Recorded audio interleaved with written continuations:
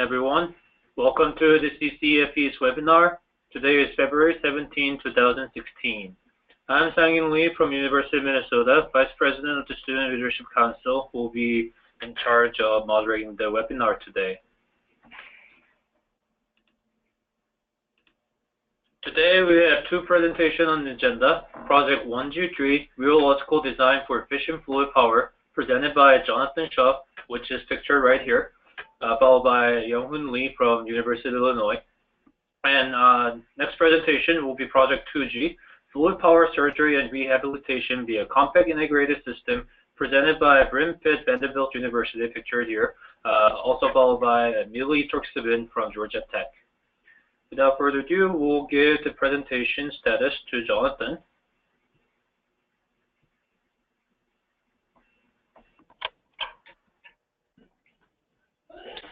All right, can you guys see this okay? We are not seeing your screen yet. Now we're seeing it. Not the slideshow though. Now we're seeing your slideshow. All right. Hello everyone. My name is Jonathan Schuh. I'm a PhD student at the University of Illinois working with Randy Ewald, and my collaborator is Young-Hoon Lee, who's also a PhD student working with Professor James Allison. And today we're going to talk to you about Project 1G3, Rheological Design for Efficient Fluid Power. So the motivation for our project is we want to decrease friction in lubricated sliding. And we're going to do this in two different ways. We want to decrease the shear stress, and we want to increase the separating normal force. Both of these are going to work to decrease the friction within our system. And so our current objective is we're going to use surface textures, which has been shown to both decrease shear stress and increase separating normal force, which means that these surface textures will decrease friction within our system. So what we want to do is we want to determine the optimal design of the surface textures for decreasing friction. And for that, a mathematical model is going to be needed so that we can actually optimize the surface. And I'm showing a couple of different parametrized surfaces computationally here. So we're going to build our intuition for this optimization by starting off with some experimental results that we've taken, where we've actually manufactured some different surface textures shown here, and we've tested them in one of our experimental setups, a rotational rheometer, where we have a plate that moves at a given angular velocity, and on that plate that's moving, we're able to measure the torque and the normal force, and from that we can get the frictional coefficient. So here are the experimental results for the normal force production with the surface textures that we've tested. And you can see that for the flat plate, everything's right around the experimental limit, which is what we would expect for a flat plate. And for the symmetric texture, everything's right around the experimental limit as well. But once you go asymmetric, you're able to produce normal forces that are orders of magnitude higher than the experimental limit within our system. So these are the results that we've gotten experimentally. And so the question that we ask is, what model should we use for this normal force production? And we can figure that out by looking at the normal force scaling. So if the normal forces are due to inertia, we would expect that they scale like omega squared. But if they're due to viscous effects, we would expect that they scale like omega. And if they're from cavitation, we would expect that they scale like some even function of omega. So we've taken the normal forces and we have them here on this log-log plot to figure out what the normal force scaling is. And you can see for all the surface textures that we've tested, the normal force scales linearly in omega, meaning that the normal forces are due to viscous effects, which is good because this means that we can use Stokes flow or the Reynolds equation, which is a modified form of the Stokes flow, for solving our system, which is a lot easier to solve than the full Navier-Stokes equations. So we decided to start off by using the Reynolds equation, which, like I said, is just a simplified form of Stokes flow, where you just assume that one of your length scales is much, much smaller than the other length scales in your system, and then you solve conservation of momentum, conservation of mass, and you get a single equation for the pressure distribution, which is shown here in cylindrical coordinates. And what we want to do is we want to solve this numerically, and we're going to use the pseudospectral method, where we're using Lagrange polynomial basis functions, and the zeros are the Gauss-Lebato-Legendre points.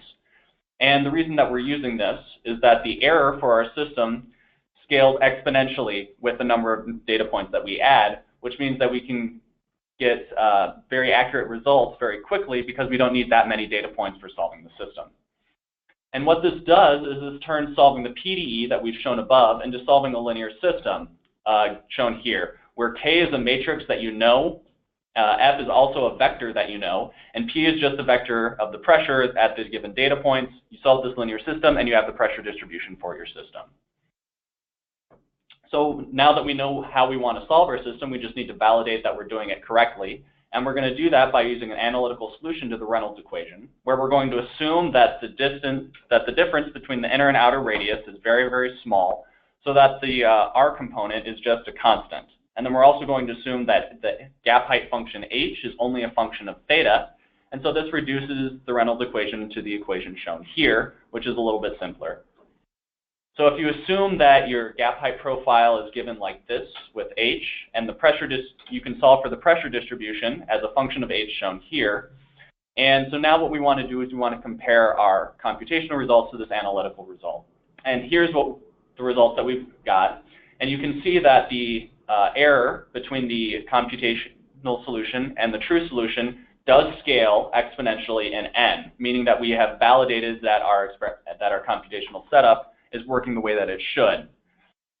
So now we can go ahead and use this for things that we don't know what the answers are, such as the surface textures that we've tested experimentally. And so we can compare those and see how well they compare. So for that, we're going to need to discretize our surface textures, and we're going to do that as shown here, where I have an inner radius shown here, an outer radius, a radius to the center of the surface texture, as well as the radius of the surface texture. And then I also have some boundary conditions that are shown here as well in order to solve for the pressure distribution. And here are the values of the geometric parameters that we're using for our system, and these all correspond to the same values that we have in the experimental setup. So we're comparing everything exactly the same between the experiments and the simulations. But for this, we need to determine the inner radius. And the reason that we have to do this is that we need a finite inner radius in the discretized form, because we have a 1 over r term that will diverge if the inner radius goes to 0. So what we've done is we've looked at how the normal force converges as a function of the inner radius. And you can see right here that when the inner radius is less than about 0.37 millimeters, we've essentially converged to a normal force solution. So what we're going to do is we're going to use our inner radius is 0.01 millimeters, and this is 0.05% of the outer radius for our system. So next we need to determine where the Reynolds equation is actually applicable, because it's been derived using a couple of assumptions, so it's not valid for all geometrical inputs. So we should only compare to the experiments where the equation itself is valid. And for that, we need to neglect inertia, so we need our Reynolds number to be very small. We need to neglect viscous heating, so our NAME number, which gives us which tells us how important viscous heating is in our system, also needs to be very small. And then we need to neglect gradients in the flow direction, so that the one of our length scale in the z direction is much smaller than the length scale in the r direction, as shown here. So here are the plots that are showing it, and you can see that when all of these assumptions are valid, shown in the figure in the left, that's where my applicability region is for the angular velocity. And since we're also going to be testing these with asymmetric surface textures, we also need to know what beta we can test up to for the Reynolds equation to still be valid, and so that's shown on the right. And now that we know where the Reynolds equation is valid, we can start comparing between the experiments and the simulations. So the first thing that we're going to look at is the shear stress comparison, and we're going to give this as an apparent viscosity. And we're starting off by looking at the absolute value of the torques between the experiments and the simulations.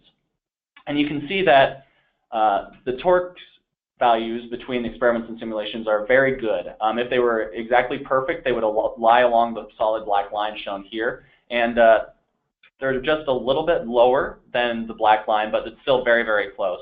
And if you take this and convert it to an apparent viscosity, you can again see that the apparent viscosity is again very close between the experiments and the simulations, and that we have a standard deviation for the simulations from the experiments of 0.057 Pascal seconds. So again, good agreement between the experiments and the simulations. Now we can also compare the normal forces between the two, and that's shown in this plot here, where we're looking at the sign and the magnitude of the normal force, because in the experiments we saw that the normal force changes sign when I switch directions. So we want to make sure that we're actually seeing that computationally, and you can see that we are. And the magnitude is pretty good between the experiments and the simulations. Again, if everything was exact between the two, then they should lie exactly on the solid black line shown here. You can see there's some slight deviation, but again, it's pretty good. We have a standard deviation between the experiments and the simulations of 0.184 newtons, which is actually smaller than the experimental limit for our system. So that's pretty good. And again, if you just look at the magnitudes comparing between the experiments and the simulations, again, we're seeing good agreement between the two, and we're predicting the correct sign. And lastly, we can take the torque data as well as the normal force data, and we can combine that into a single metric that we're calling the effective frictional coefficient, shown here as mu star. And the error bars shown here for the experimental data are from propagation of error in measuring mu, in measuring the torque and in measuring the normal force. And the simulation data is just from multiple simulations for the system. And you can see when the Reynolds equation is valid, which is the solid points for the simulations, we're seeing pretty good agreement between the experiments and the simulations. But once you go outside the Reynolds equation applicability, that's the muted colors shown here, you can see that the Reynolds equation really isn't capturing the experimental results, but we also wouldn't expect that to happen because the Reynolds equation is no longer valid in that region. So again, we're seeing good agreement between the experiments and the simulations where the Reynolds equation is valid. So now that we've validated this numerical setup, both against an analytical solution and against experimental results, we can take this and we can actually start optimizing the surface textures. And at this point, I'm going to turn the presentation over to my collaborator, Young-Hoon Lee, who's going to go through and talk about the optimization. Thank you, Jonathan. In previous slides, we saw that angled cylindrical texture with certain angle increased the normal force, while another certain angle decreased the friction force. From the color map of the objectives shown here, we see what type of cylindrical texture can generate what value of each objective function. In the plot of objective space shown in the left, red line represents the Pareto set of cylindrical texture, which is a set of non-dominated design points. Here we define a design point is non-dominated if one objective cannot be improved without degrading at least one other objective. Also, to make the problem as a standard minimization problem, we changed the objective of maximizing normal force as the minimization of the negative normal force. By seeing that the optimal solutions are located in certain region of the color maps, these results imply that certain type of textures improve the objective simultaneously in this full film lubrication setting. Right type of texture may further improve the objectives. So assume that we remove the limitation of texture surface, texture shape, and apply more flexibility for the texture, we may expect improved performance in both objectives. The red line, the Pareto set in the objective space plot, can be further moved closer to the origin, which is closer to the ideal design.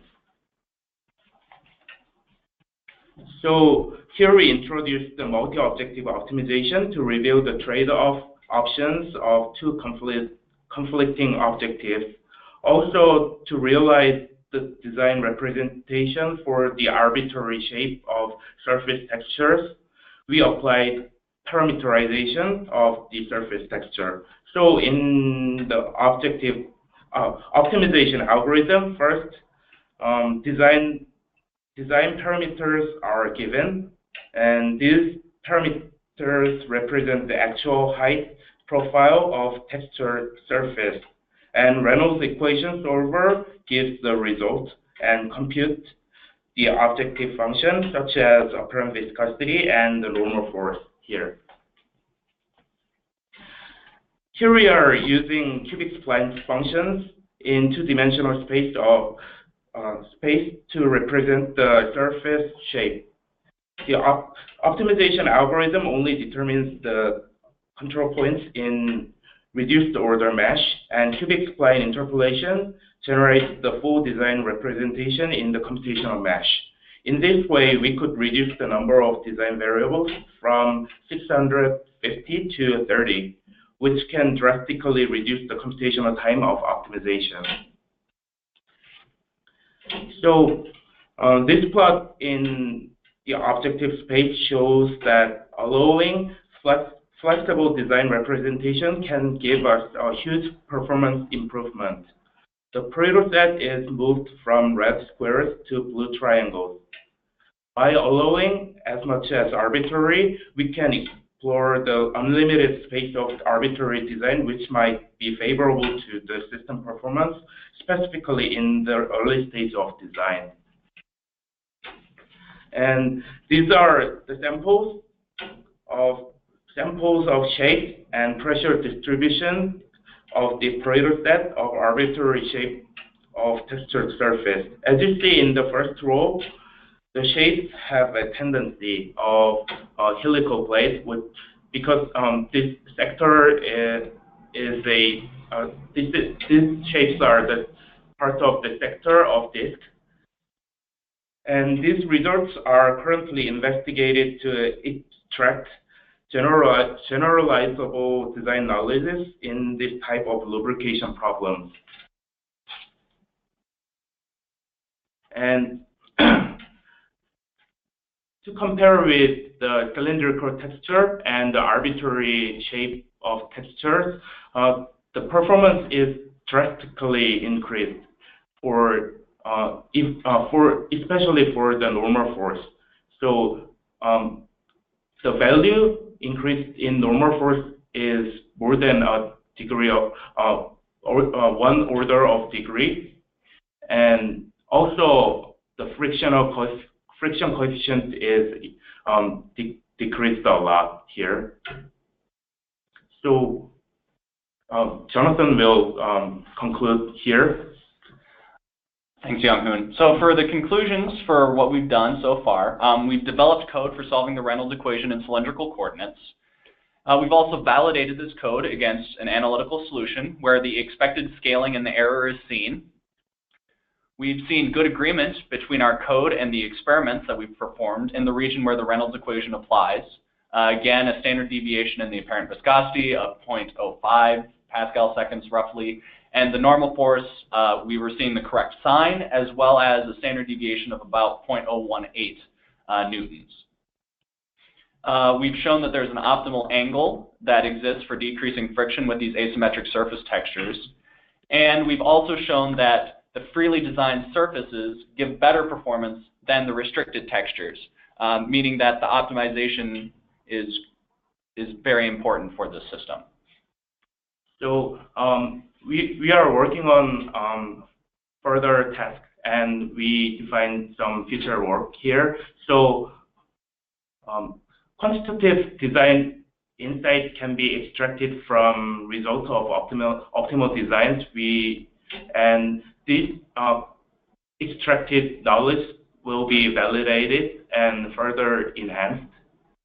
And also, we are developing a new optimization model that model will enable the design of very high resolution of texture geometry directly without any parameterization used here, and full film lubrication problem in more practical configuration like the cylinder piston will be investigated in future.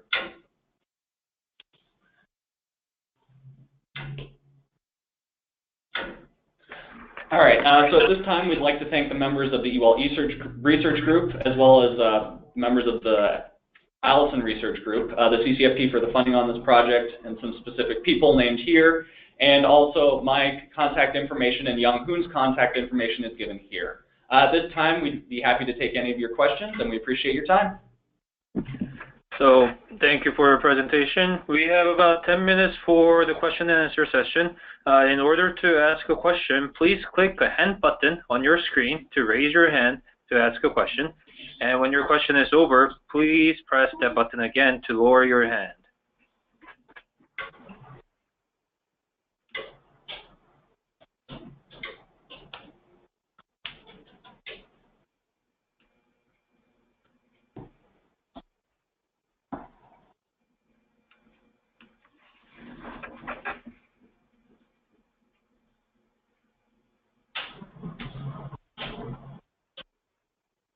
Do we have any question from the audience? If not, we'll move on to the next presentation.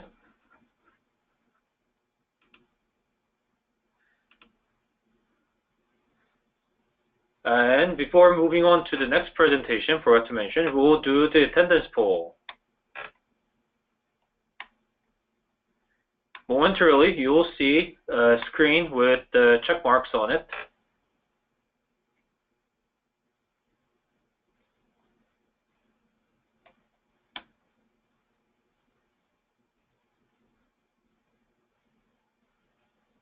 Attendance poll coming in, Lisa?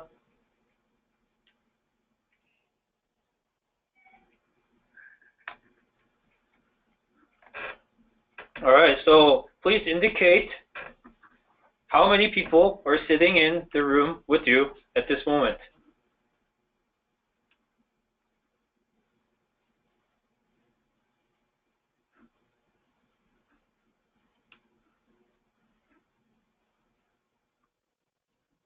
And after the poll is over, we'll give the presentation to Bryn Pitt from Vanderbilt, who will give the presentation on Project 2G. You are ready to go. Hi, can everybody hear me? Okay, great. So hello everyone, my name is Bryn Pitt and I'm a graduate student at Vanderbilt University. Today I'm going to be presenting half of Project 2G. So for those of you who are unaware, there's two aspects of this project housed at Vanderbilt and Georgia Tech respectively. So today I'm going to talk about the fluid power surgery aspects of this project, and then when I'm finished I'll pass things over to Melly from Georgia Tech, who is going to talk about their work in fluid-powered rehabilitation devices. So for our work in fluid power surgery at Vanderbilt, one of the main motivation has been the treatment of epilepsy. So epilepsy is a debilitating seizure-causing neurological disorder that affects roughly 1% of the population, or 2.8 million people in the United States. Of those patients, about 40% of them cannot be treated effectively with medication, and 17% of them die suddenly due to epilepsy. So for the patients who can't be treated effectively with medication, the alternative treatment is surgical intervention, which you can see an image of what a surgical intervention looks like. So the purpose of the intervention is to remove the hippocampus and the amygdala, which were shown in the image on the left in green and blue. And so while the surgery to treat epilepsy actually has about 78 to 80% success rate, the highly invasive nature of it has created a huge patient and physician bias against the procedure. And so in fact, approximately up to 90% of eligible patients opt not to have the procedure at all. So they simply forego treatment.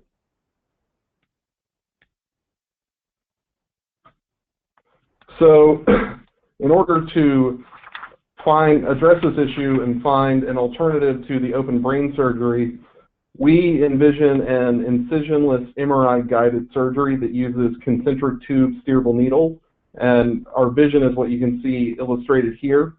So MRI provides excellent minimally invasive visualization of brain tissue that can be used to guide intracranial therapies without actually having to open the skull for visualization. And then using a needle-based intervention can allow for therapies to be delivered inside of the skull without actually having to open the skull. So ultimately, this is going to require a robotic actuation unit that can fit inside of the MRI with patients, and this offers us a unique advantage to capitalize on the properties of fluid power, and I'll talk about those in a little bit. But first, I kind of want to explain the basic idea behind our minimally invasive surgery concept and concentric tube needles.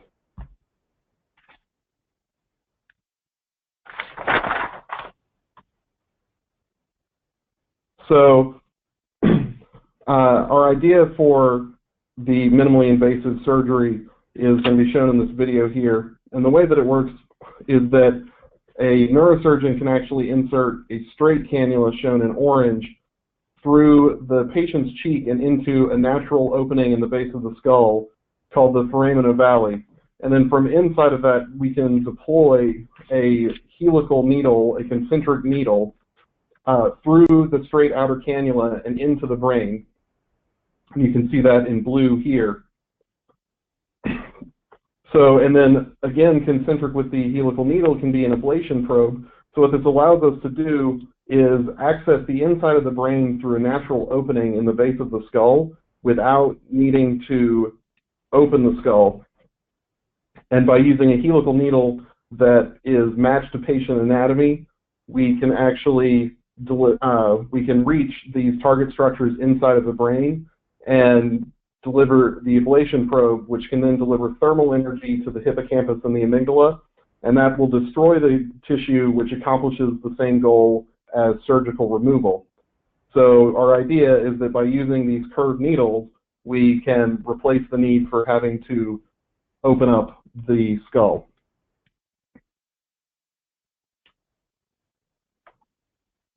So now, concentric tube needles, you can see videos and an image here.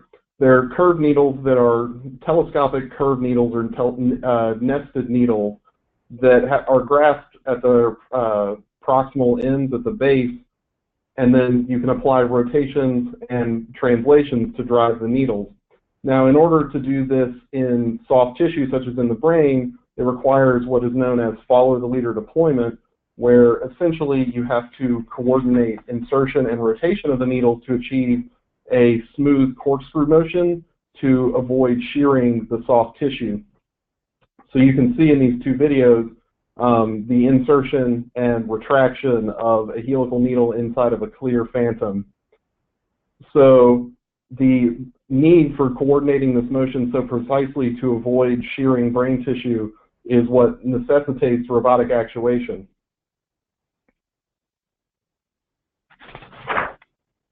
So now there are several challenges to putting the required robotic actuation units into the MRI. Namely, there is a very strong magnetic field used by the MRI scanner to generate the images, and this magnetic field precludes the use of magnetic materials and actuators, which is why this application is so well suited to fluid power, because the basic principles of fluid power don't rely on electromagnetism.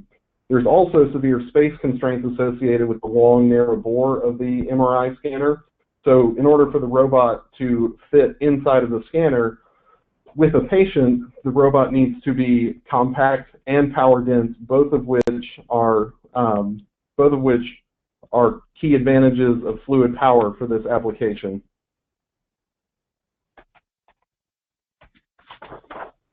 So previously, we have developed hardware for this application. It's been presented before, so I'll only touch on it briefly here.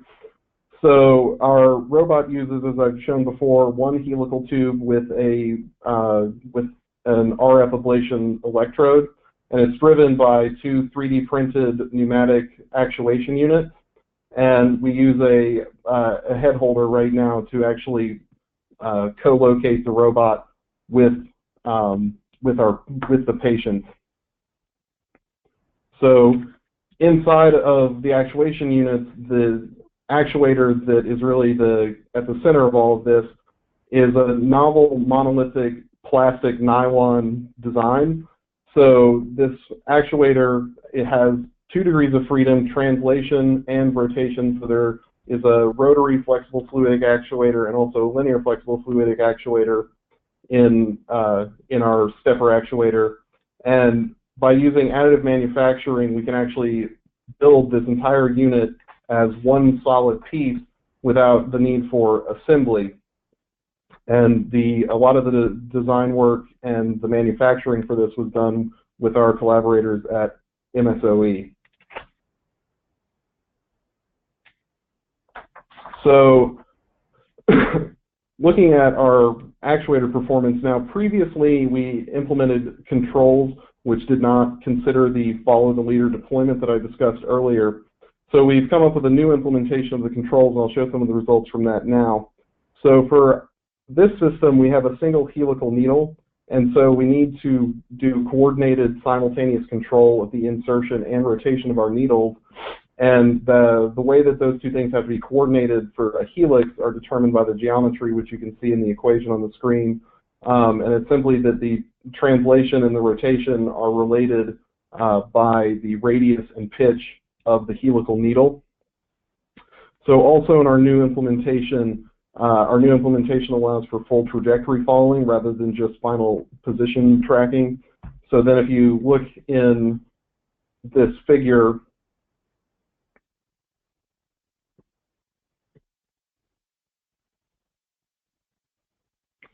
so in our figure, you can see that actually there is position tracking all the way through the reference command, whereas in our previous implementations we didn't have sub-step control, which meant that we could only really track our final position.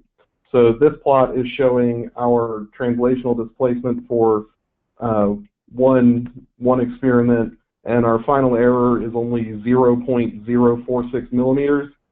For the same experiment, we have this next plot is showing the rotational displacement, and at the end, our rotational error is only 0.72 degrees. And then finally, this plot is showing the translational displacement versus the rotational displacement, trying to implement this coordinated follow the leader deployment. And our maximum deviation from the follow the leader trajectory for this implementation is only 0.25 millimeters. So all of these accuracies are well within the range necessary for our intended clinical application of epilepsy surgery. So another important piece of the work that we've done lately has been actual experiments with the robot in the MRI. So you can see the robot in the MRI here, and a close-up of the robot inserting a needle into a gelatin phantom. So the results from that experiment, there are two important results. So inside of a 3 Tesla scanner at the Vanderbilt Institute of Imaging Science, we saw that the robot caused no observable signal-to-noise reduction in the MR images, which you can see in this figure. So essentially, the robot did not affect the amount of signal in the center green bright area compared to the amount of, or the lack of signal, the amount of noise in the yellow area out here. And what that tells us is that our robot is fully MRI compatible. It doesn't affect the image quality. Second, we did targeting tests inserting a needle into ballistic gelatin phantoms. So inside of the MRI, we had tip errors that ranged from 1 to 3 millimeters. However, there are a number of sources of errors and these values encapsulate a number of sources of errors that don't really reflect the performance of the robot, namely that the resolution of the images is actually pretty low, and there are image artifacts and potential needle deflection and registration error. However, despite all of this, these values are still adequate for our intended clinical application. And here you can actually see one of our targeting experiments. So the blue cross shows the target position, and the needle is shown in this void here. So just to wrap things up, I've been talking about our work developing an incisionless MRI-compatible neurosurgery system for minimally invasive treatment of epilepsy. We've still got a lot of work here to do at Vanderbilt, and these are some of the key points going forward. In particular, we want to look at needle modeling and account for tissue deflection to improve our tip accuracy. And also we need to work on our system integration for using real-time position feedback from the MRI, and also fully integrating our ablation hardware so that we can actually start delivering thermal therapy. And then once we've gotten these kinks worked out, we're going to move on to animal and cadaver studies, which are the first steps towards FDA approval. So with that, I am going to go ahead and pass the presentation over to Melly from Georgia Tech, who can discuss their work on rehabilitation devices.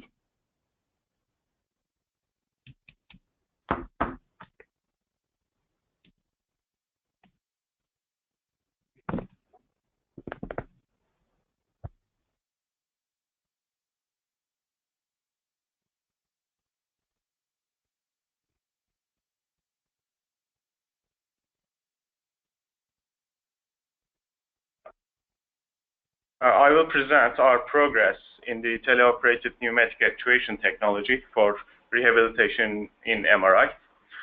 To start with our motivation, it is based on MRI's capability to monitor brain activity. With the help of MRI-compatible haptic interfaces, physical rehabilitation procedures can be implemented in MRI.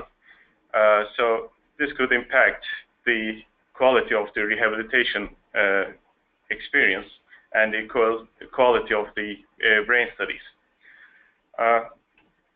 Here at Tech, we are developing advanced methods to improve the performance of teleoperated pneumatic actuation, as well as new prototypes that can deliver selected rehabilitation procedures. In addition to the restrictions of MR safety, the major challenge in our project is the presence of long transmission lines. Those transmission lines introduce a time delay in actuation and introduce a mass flow attenuation, which alternates the pressure dynamics of the system. To cope with the lack of pressure measurement in the MRI rooms, we previously had developed a force feedback-based pressure observer and obtained pressure states in the actuator more accurately. The observation quality was verified on a teleoperated test setup previously. Recently, we had tested our observation methods on a model-based controller to see its contribution to the force control accuracy.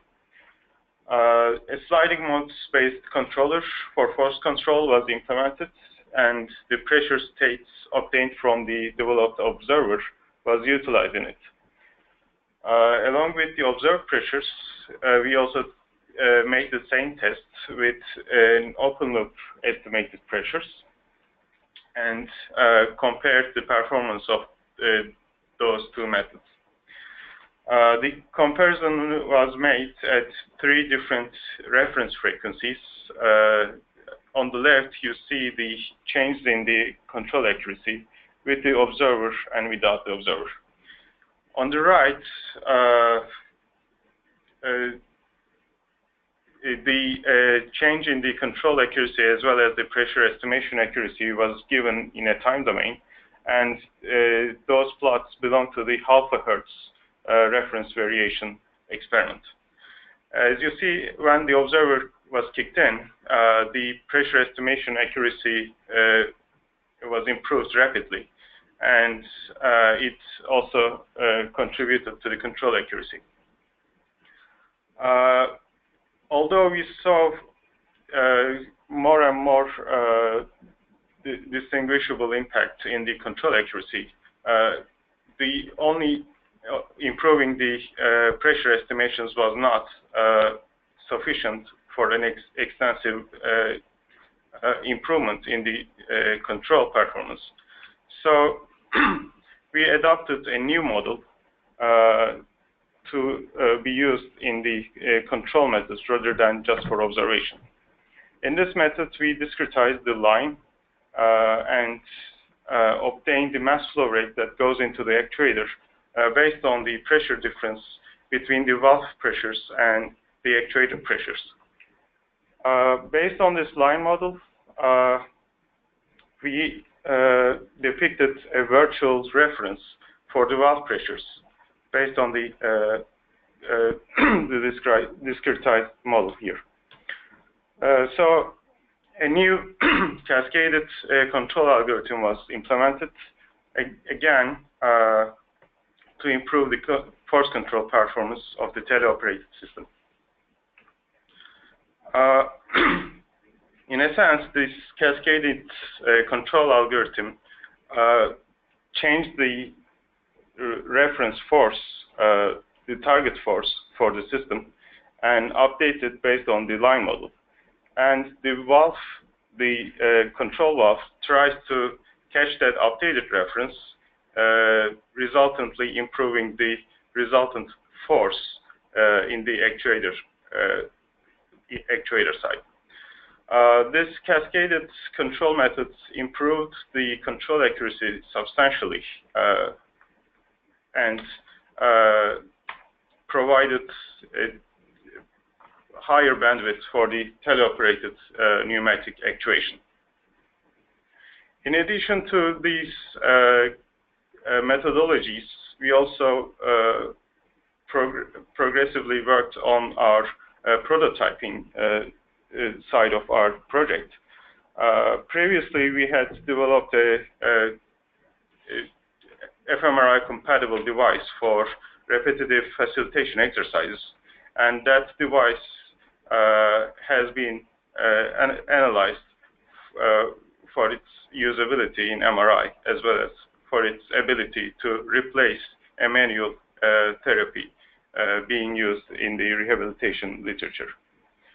The device that was previously developed only was tapping the tendon, the wrist tendon of a patient, and an extension to that prototype was to rotate the wrist after tapping the wrist tendon, for it was being done like this in the manual therapy.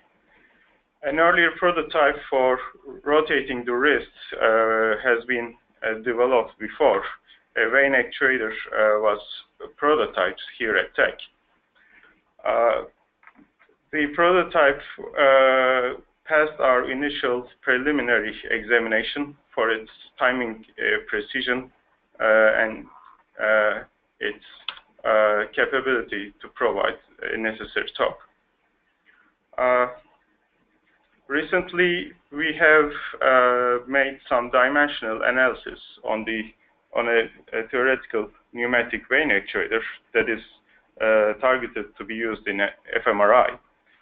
And the dynamics of the systems of a vein actuator was simulated when it is used with long transmission lines. Our analysis indicated that this vein actuator was feasible and it could provide a specified dynamic performance based on the limits, soft limits required for a safe MR rehabilitation. Our future work for our studies here is to implement those advanced methods on these progressively being developed prototypes and testing them in the MRI environment. With that, I will conclude my part of the presentation, and we would like to take any questions. Thank you very much for listening. We have plenty of time for question and answer. In order to ask questions, just like last time, please press the hand button to raise your hand, and after your question is over, press that button again to lower your hand.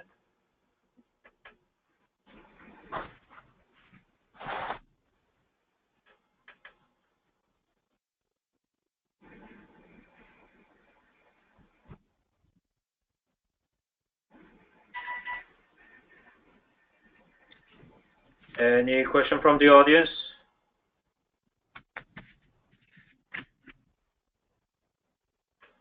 We didn't have any questions today, so if you have any question that you wanted to ask the presenters offline, Refer to the contact info to ask them questions.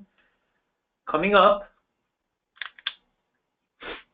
next webinar will be on March 9th. We'll have Project 3A1, Teleoperation Efficiency Improvements by Operator Interface, and TestFed 4, Patient Transfer Device presenting. Thank you for attending. See you next time.